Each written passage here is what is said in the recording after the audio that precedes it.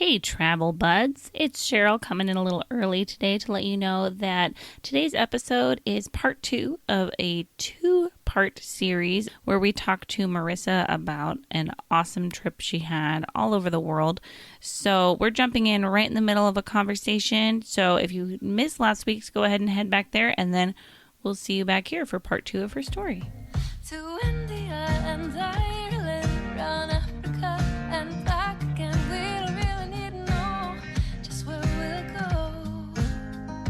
Maybe Canada, then to Brazil, then through the Alpine foothills. All I really want to know is, can we go? Oh baby, can we go? Round and around the globe.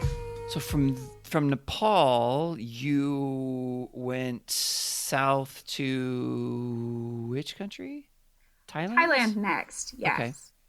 Yeah, I feel like Thailand is a very well-traveled country.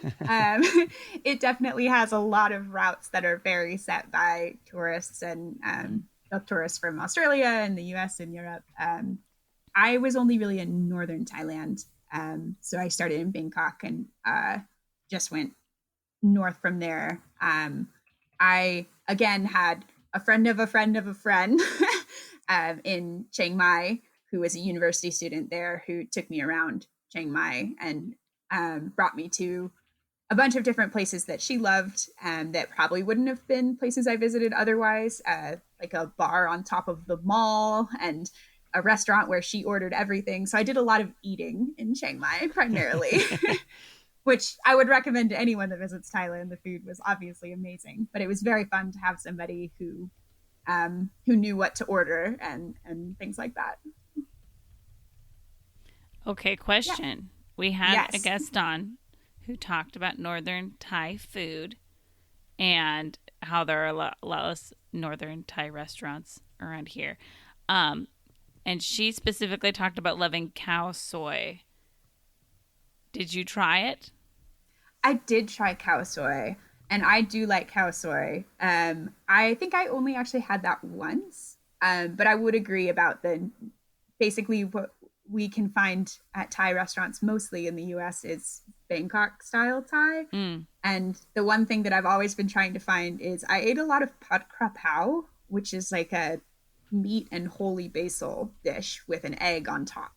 And that's very northern. And I found it at a few restaurants in the US, but that was pretty much a daily staple of my northern Thai experience. And I would agree, it makes me sad sometimes that I can't find all of the food that was there here.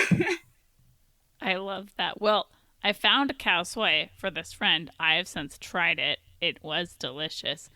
And in Seattle, I found it. So now that's going to be my next mission, is finding that for you. Perfect. Nice. That's very cool. So from Thailand, you went to Laos, yes? Yes. Yeah. So from Thailand, I took what's called the slow boat. It's just a big river ferry, essentially, that is really appropriately named because it takes basically 2 days to get to Luang Prabang, which is a bigger city. So you take the river down there. I really enjoyed Laos because I think it has a lot of really cool mountains and rivers, just beautiful natural landscape and caves and things. But it's maybe a little bit less busy than Thailand is. Just you can kind of maybe still have an easier time finding places that haven't been fully reconfigured for tourists. I did do a really touristy thing there, though, that I went up in a hot air balloon, which was the first and only time I've ever done that. Fun! It was very cool. This was something that I had to originally, just because I'd been traveling so cheaply as this, just out of college student in Southeast Asia, I was like, man, $90, that's a lot of money. I don't know if I can afford that. And then I had to step back and be like, oh, actually, no, I definitely can, to go up in a hot air balloon. So I got to spend a few hours up in a hot air balloon over these like mountains in the area around Luang Prabang, which was very cool. And I've had people question afterwards if how I felt about the safety. It felt safe to me, but I can't say that I'm a great evaluator of hot air balloon safety. You're not an expert on hot air balloon safety? Not yet, but I did enjoy that so much that I would love to do it again at some point. But yeah, just a very cool experience to get to see the city and the rivers and the mountains from the air. Nice. Oh, And so were you moving around Laos quite a bit, or were you kind of centrally located? I spent time in 3 or 4 different cities. I'm getting to the part where I've started to forget some of the names. Sure. I know I spent a fair amount of time in Luang Prabang, and then I also spent some time in Bang Vieng, the capital, which is much more, much more urban, much less rugged. But that was another fun place for me because I haven't really eaten a whole lot of Laotian food.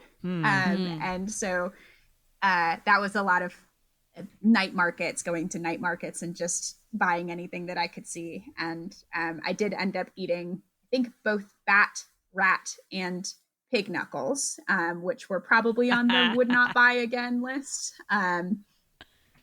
But most of the things that I ate were delicious, but some of them I just pointed at a thing and got what I got. So. Yes. I love that ad. Sorry. That's So you said bat, rat, and pig knuckles?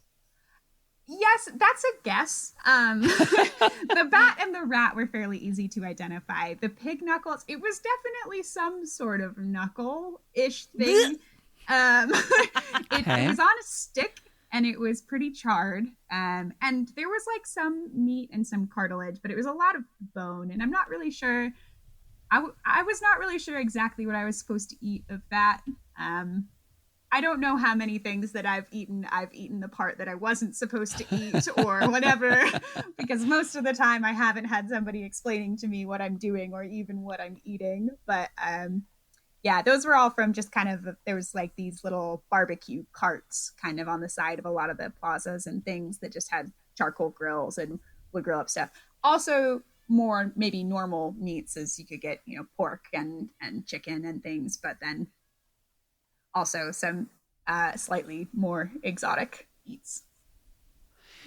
Were you ever concerned about food safety? I know a lot of Americans get, concerned about open air markets and things like that because it's not clean and da da da da da. Like, was that ever an issue or ever a concern for you? I was very fortunate in that it was never an issue. It probably should have been more of a concern than it was. I was careful about water. I brought with a SteriPen that does UV sterilization. And so that was kind of nice in that I didn't have to constantly be buying bottled water. I could drink tap water after sterilizing it, which was good because I didn't drink the water in most of the places that I was traveling. I generally have had pretty good luck historically with not getting sick from things that I eat. And I think I maybe leaned into that pretty hard on this trip. And my probably worst choice related to food was on the day that I flew out of Kenya, flying a fairly long trip from Kenya to Kathmandu. I walked with somebody at the hostel that I was staying at down the road, and there was a butcher shop that was selling kind of this meat in sauce with tapioca paste, which is kind of what you eat it with. And they just had a huge slab of meat out in front with flies just passing over it. And I could see them washing the dishes by just dumping them in a bucket and pulling them back out. And I thought to myself, this is probably going to go poorly for me. And I did it anyway.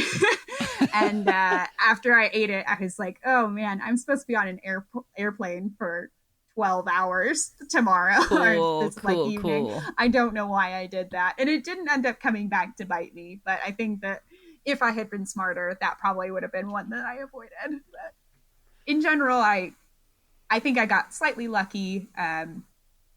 And also, I mean, I think the tip that everyone will give you is eat from busy places, and generally you have better luck. And so, I mean, you get the good food, but you also get the food that's not been sitting there for as long because it's been eaten and replaced very quickly. So That's a good point.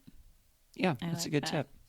Yeah. Excellent. Also, I think Bat, Rat, and Pig Knuckle might be a good name for your children's book about this trip. Yes. that definitely would be. Yes. Oh, Cheryl, always on the lookout for the clever title. Oh, yeah. I have to keep that one in mind. So then you went to Cambodia, is that correct? Yes, yes. So from there, I went to Cambodia, where I think, as everyone that visits Cambodia does, I went and saw Angkor Wat, which was very cool and definitely worth a visit. I'm going to ask the dumb question. What's Angkor Wat? Angkor Wat is it's, I guess, an ancient city that's kind of built up of all of these temples. I think it's one of the largest unearthed ruins in the world, because it covers just miles and miles of area, and the temples are in various stages of being like cleaned and unearthed. It's really cool architecture, and if you ever see a picture of Cambodia, it's generally kind of the iconic image of that it has these kind of spire cone shaped temples, and there's really cool faces carved into stone, and elephants carved into stone. And I think that in particular, a few of the temples have these trees growing out of them with the roots kind of weaving between the rock, and those have been used in various movies. I think that they said that one of them was the set for the Tomb Raider movie.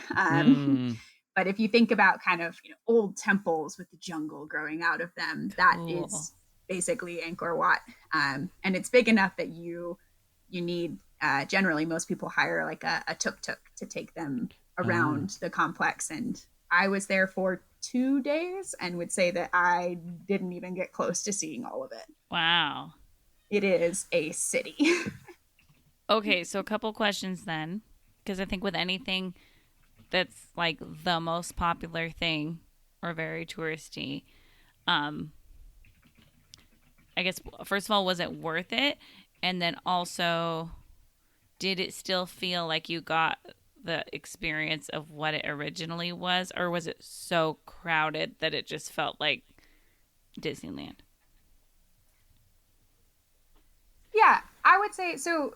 They have raised the price significantly over the years as it's become more popular. So it was somewhat expensive even by US standards. I think that it's now, I guess, a kind of a national park, I believe. And the entrance fee was somewhere on the order of $75 US. So not unreasonable, but definitely not on par with the other things that you're paying for in Cambodia. I think that if I went back to Cambodia, I'm not sure I would go again, but I am very glad that I went. It is, I mean, it's hard to describe the scale. It was absolutely stunning. And just, you got to, for a lot of these temples, you could kind of climb up these ruins, and there'd be these giant staircases and you could walk through. So even though it was busy, there were places where you could be kind of all alone, just exploring passageways and staircases and all of these things. I think that most people see it in giant tours. There are a lot of tour buses, and they kind of go to the biggest, most clean, most established temples, and they go through. And I do think it's a really cool way to learn the history of the city, but you end up around people all the time and seeing very little. I think that if you go in a smaller group or just by yourself with a tuk-tuk guide, a lot of the tuk-tuk drivers, that's what they do every single day. So a lot of them were like, oh, this is the coolest temple. There's never anybody there. You should go at this time. And one of them said, like, oh, if you want to see the sunrise, you do really have to go at this time, because there's a very cool, when the sun rises behind the temple, it reflects on a pond in front of it. And it is really popular and very busy. But the driver that we had paid to take us, me and somebody I met from the hostel knew the best time to get there and when we needed to leave and when we should be at places when they'd be busy, when the tours would get there. So I do think that even with really busy places like that, there's a lot of local knowledge that can really be helpful for experiencing them in a way that that maybe is a little bit more more true to the actual experience of the location. And obviously there's nobody living in Angkor Wat now, so there's not really like maybe a culture that exists in that specific place. Sure. But it I do think it is worth seeing. Cool. That's awesome. It's always good to hear because Yeah. some places you just hear like wasn't actually worth it or too crowded or things like that. So that's really cool. Very cool. And then Vietnam was your last country. Yes. Vietnam.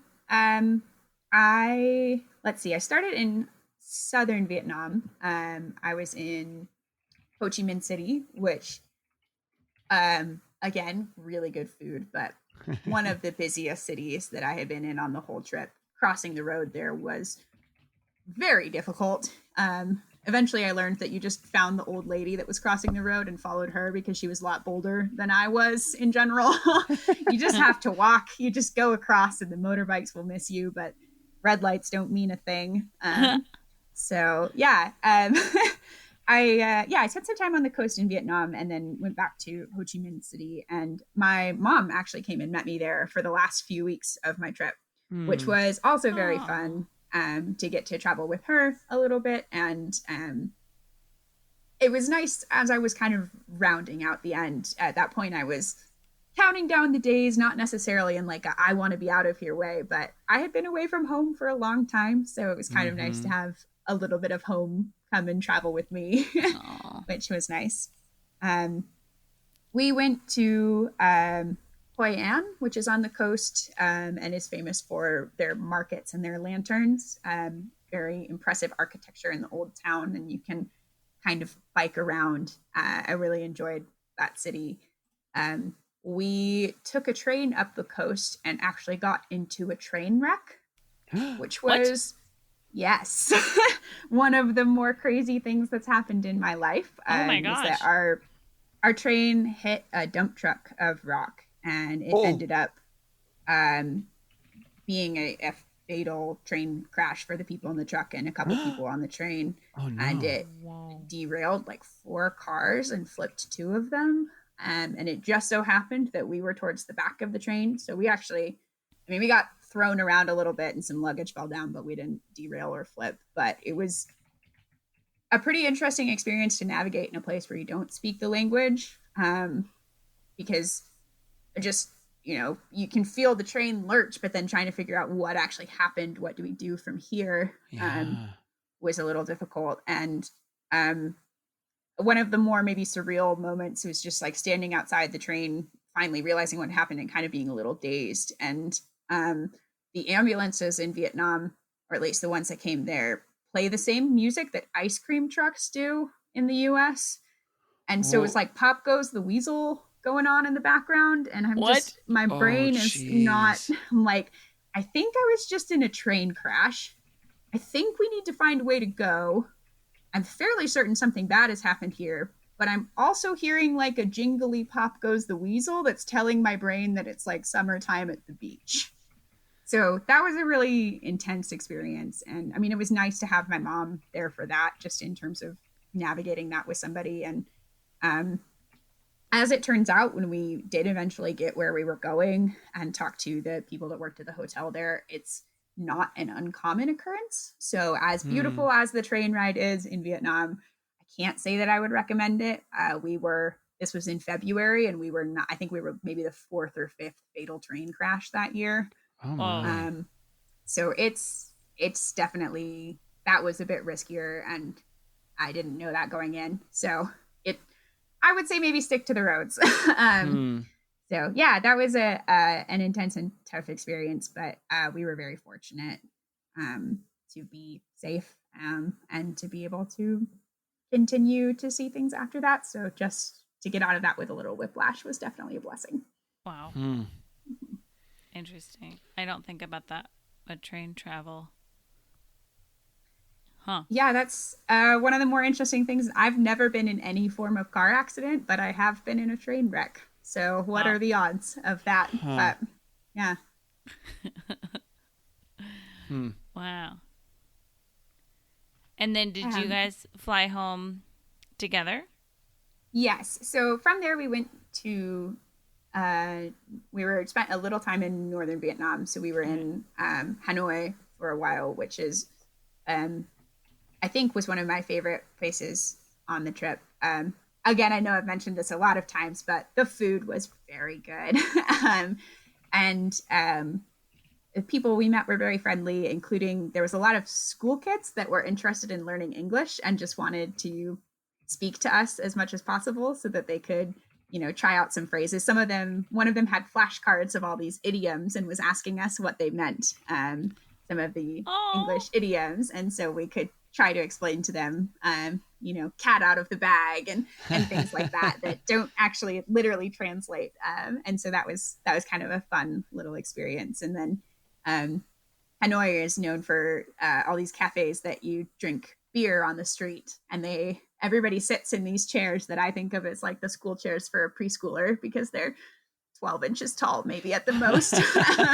So all of the adults are sitting in these tiny little chairs on the street drinking beers. So that was a nice end to the trip for me. And so my mom and I did fly home from there together. And that was, almost 6 months to the day from when I left and I flew back Wow. to Seattle. Wow. And then this is not an important question. I'm just curious. So from Vietnam, what was the flight path home? Because there clearly was not a direct flight. No, the flight path actually was another interesting experience because we went through Seoul, through the Seoul Incheon Airport, which is by far and away the best airport I have ever been in. Oh, really? Yes. And I think we had an 8-hour layover there. But it turns out if you have more than a 2-hour layover in the Seoul airport, they will get you a day visa and take you on a free tour. And they have all these different tours that are dependent on how long you were there. So we got free visas. They put us on a bus, bussed us into downtown Seoul, took us on a tour of a series of like this palace complex. And so we got a tour guide who explained to us which palace was which, and we got to walk around. Then they took us out to lunch. Then we had some time to explore the city, and then they bussed us back to the airport.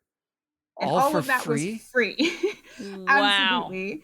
And then at the airport, they had showers. They'd give you a toothbrush. They had beds. There's a full shopping mall. I think there's an amusement park. But like, if you have to have a layover somewhere, Seoul Incheon is the airport for it. And Noted. that was part of the airport, or that was part of the airline that you flew? That was part of the airport. Yeah, the airport, I think, is Wow. what I think you have to sign up in advance. But my mom had looked into this and seen it.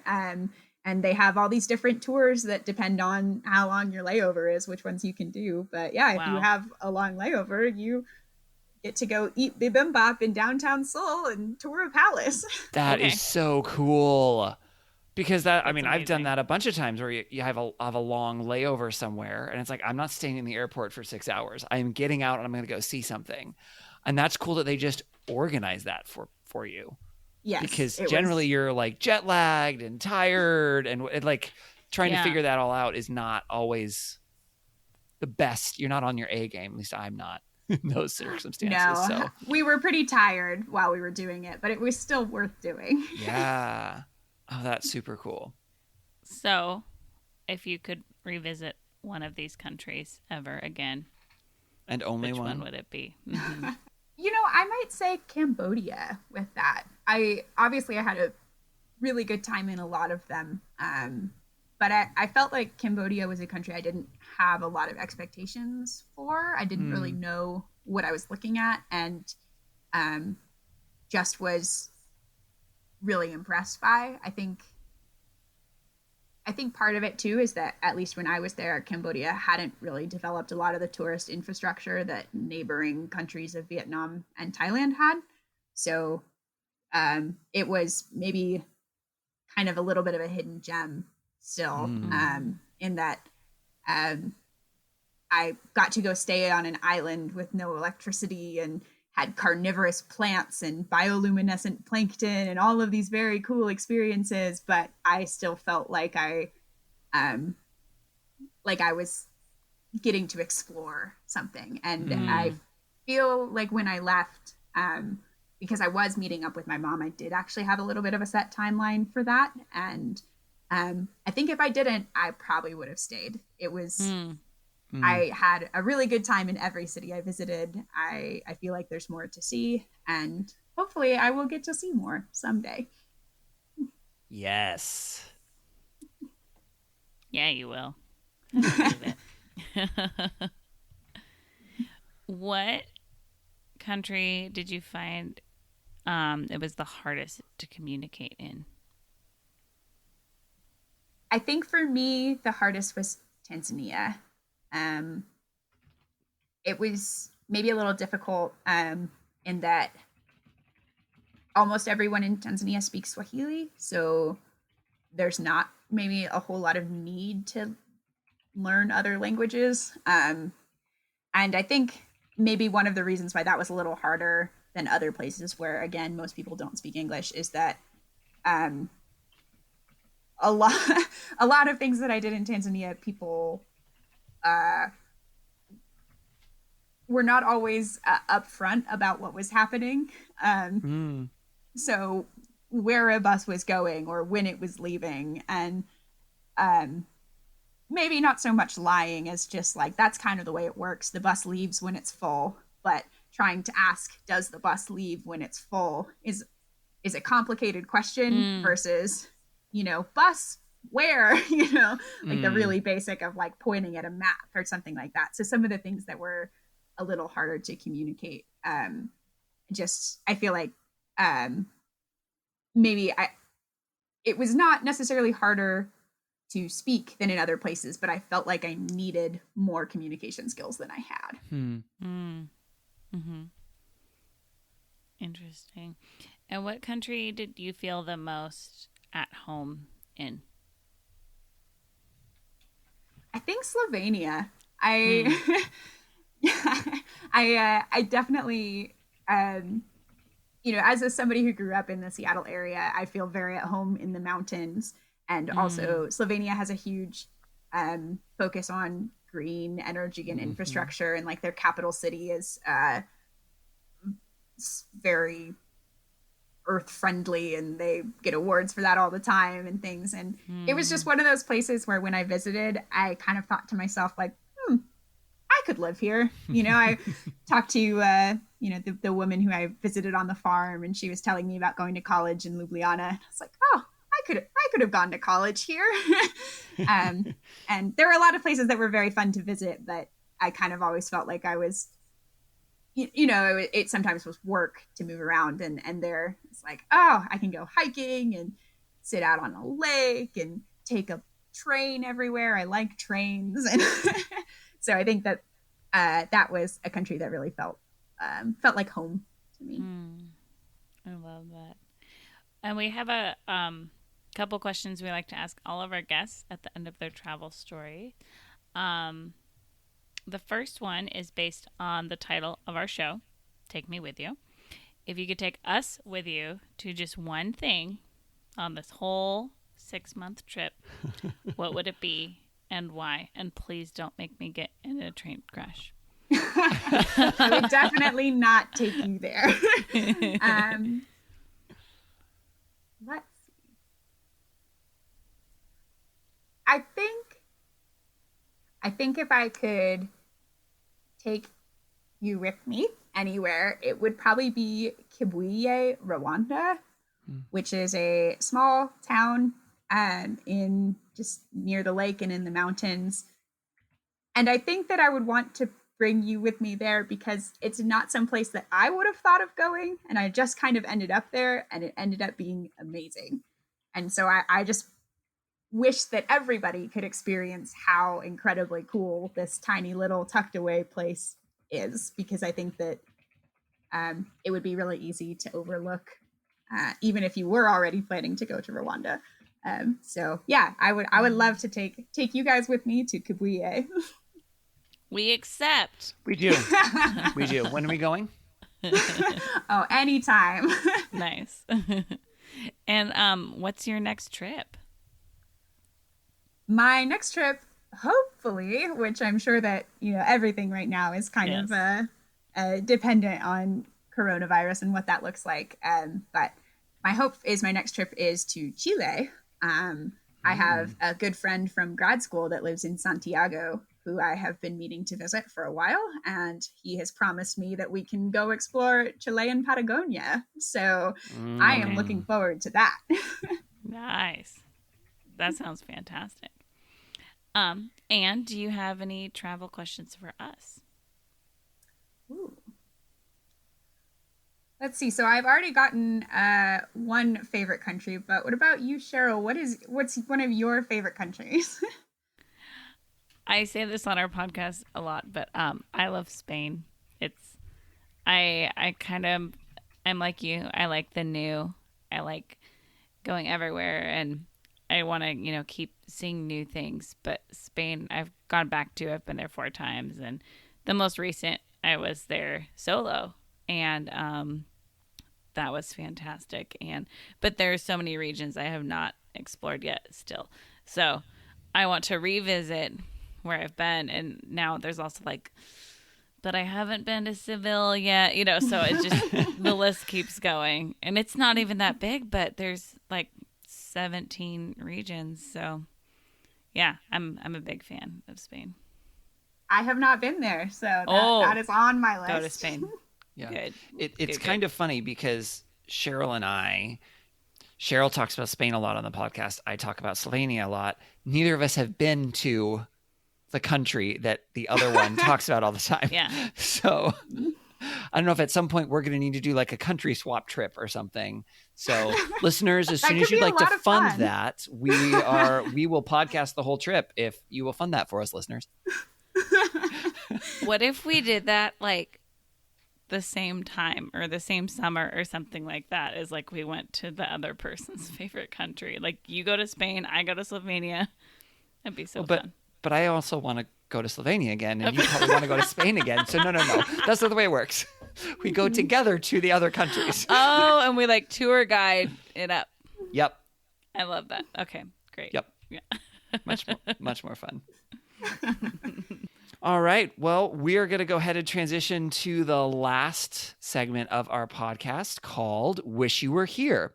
In this section, each of the 3 of us is going to highlight a cool travel attraction that we've come across at some point on our travels. Think of it like a little postcard that you might find in a gift shop of this one thing that just says, wish you were here. This thing was really, really cool. Cheryl, what would you like to do for your wish you were here? I want to talk about a store that is in Leavenworth. Now, Marissa, you're from Seattle, yes? Okay, have you Yes. been to Leavenworth? Yes, I have. Okay, have you been to the Christmas store? I have. All right, well, I want to talk about the Christmas store. Ryan, you've been there, yes? Probably. You don't remember? So I've only been to Leavenworth a handful of times. And the only store, there are 2 places that I remember that are indoors in Leavenworth. One is a restaurant that I ate at because it was a team thing. And the other one was there was a hat store that had lots and lots of hats. Those are the only stores I actually remember. But I think it's probably been at least 10 years since I've been to Leavenworth. So, Okay, well, first of all, you should go to Leavenworth. okay. I mean, it can be a day trip, which is Yep. exciting too. There's a Christmas store. I'm such a Christmas fan. I love Christmas so much. And it's so fun. This 2-story store. It's Christmas year round there. And it's just so lovely. It's especially fun in the summer when it's hot outside and then you go in and it's Christmas. And there's just every ornament you could ever want or desire, or just all sorts of styles.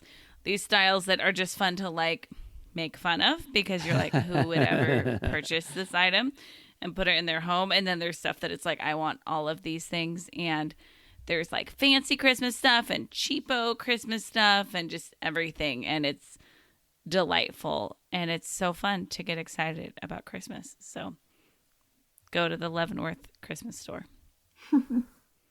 That is a great wish you were here. It's a good suggestion. Marissa, what would you like to do for your wish you were here?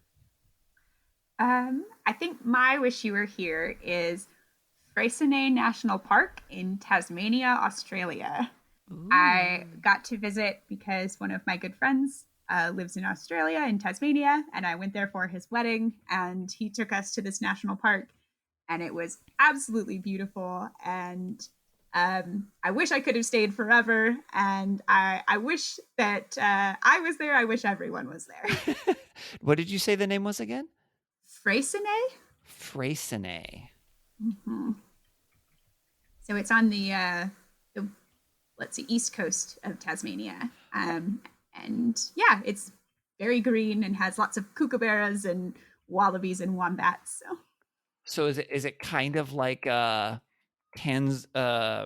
Tasmanian safari? I guess a little bit. Yeah, it's they don't have as much big wildlife there, but some really cool mountains, and it's on the coast and the bay, and yeah, it was very fun to get to explore and to camp. That's cool. I found Pad Craw Pow. Oh, really? I'm impressed. You guys, I have been looking this whole time. That's what you've been doing. I could not figure out what you were doing. That makes sense. That makes sense. I promise I was also listening, but also I get these challenges in my mind that I have to complete. So since you're from here in Seattle, I'm assuming you'll be back at some point. That I will. I would not have expected a place called Tie You Up to be the place.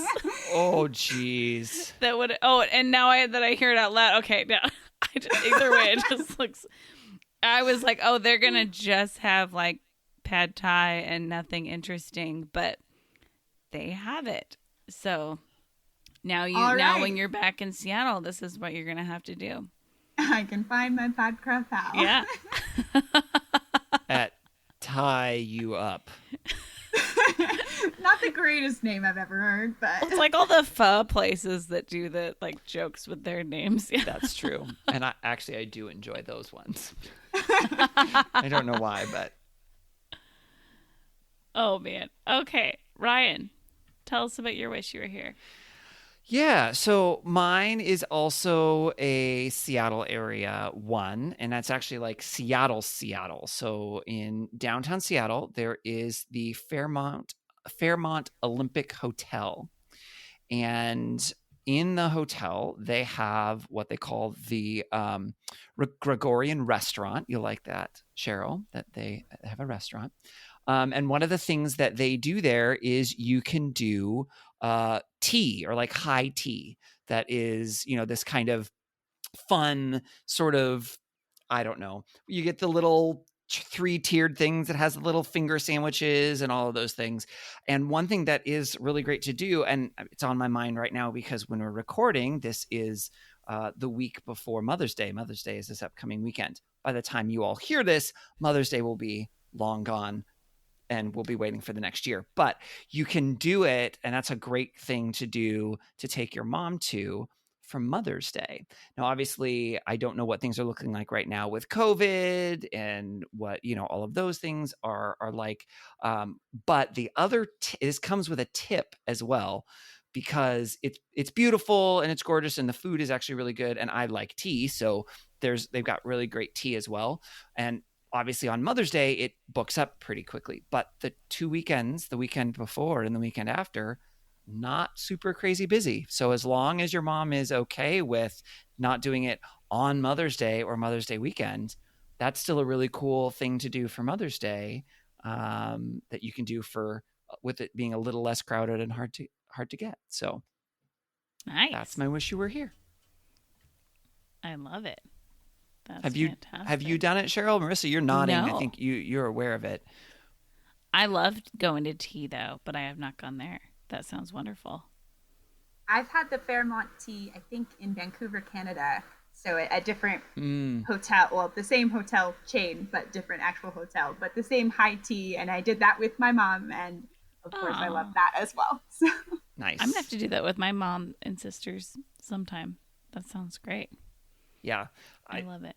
I think when I did it with my mom and one of my sisters. We may have laughed through the whole thing. So I don't know that we really got the whole idea of what high tea really meant per se, but we had a great time. So Love it. maybe we weren't quite as formal as we perhaps should have been, But you had fun. oh, we did. And my mom did That's too. great. Yeah. That's wonderful. I have more information on Tie You Up. It is a food truck that a couple started. I'm concerned how authentic it is, but I mean, they have your dish, so. Yep. I guess it's worth a shot. We would love it if you would follow us on social media. We are at Timwy Podcast. That's TMWI for Take Me With You Podcast. We are on Facebook and Instagram and Twitter. You can also email us at timwepodcast@gmail.com. Send us suggestions of guests we should have on, topics we should cover, and tell us about the time when you heard a siren that sounded like an ice cream truck. You could also call us and leave us a voicemail at 406-763-8699, or if it is easier for you to remember, 406-POD-TIMWE.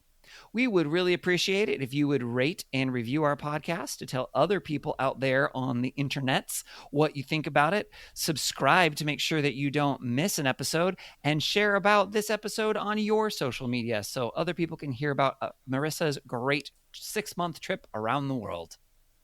As always, thank you to Beth Reed Miller for the awesome artwork. You can check out more of Beth's artwork at Beth Is Something.